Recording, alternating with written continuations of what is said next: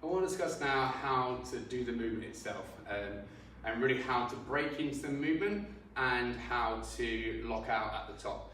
Because various coaches will coach this in different ways, and I kind of sit in the middle because each person's going to be slightly different, so you've got to find your own best technique really. So when we talk about breaking, what we mean is where do you initiate the movement from? So some people say you should break at the hip and sit back. Some people say you just flat out should never think break at the knees and go down. But there's a reason that you could use both depending on a few things like your proportions. If you've got someone with very, very long thigh bones, they're naturally going to shift into their knees a little bit more. So you might want them to break back into the hip. But you've got someone that's slightly smaller, slightly shorter torso, then maybe you want those people to actually break into their knees to go forward. Front squats, generally you would break more into the knee joint as well. So it's not like a one-size-fits-all cue, you've got to find the one that works for you. So I generally play it safe with this one, and I say initiate a knee and hip break at the same time.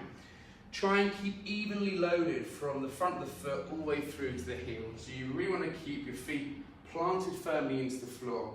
You break, so you see I've gone hip and knee at the same time. And then I just imagine I'm just dropping straight down, so my torso and my hips drop straight between the arches of my foot. Now, like I say, you might see it coached other ways. This is my personally preferred version of it. If you find for you though, you do prefer sitting back, that's not wrong. It's just what's right for the individual.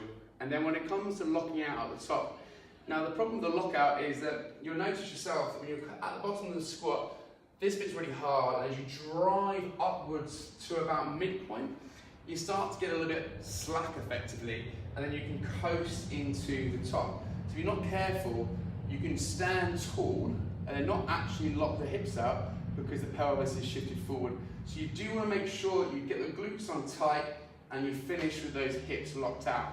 So you come down to the bottom of your squat, we'll drive up, and from about here, start thinking squeeze those glutes, drive the hips through. We're not saying push the hips through. We want you to stand stacked tall at the top. So from there, drive and lock, but you should look nice and vertically stacked in that top position.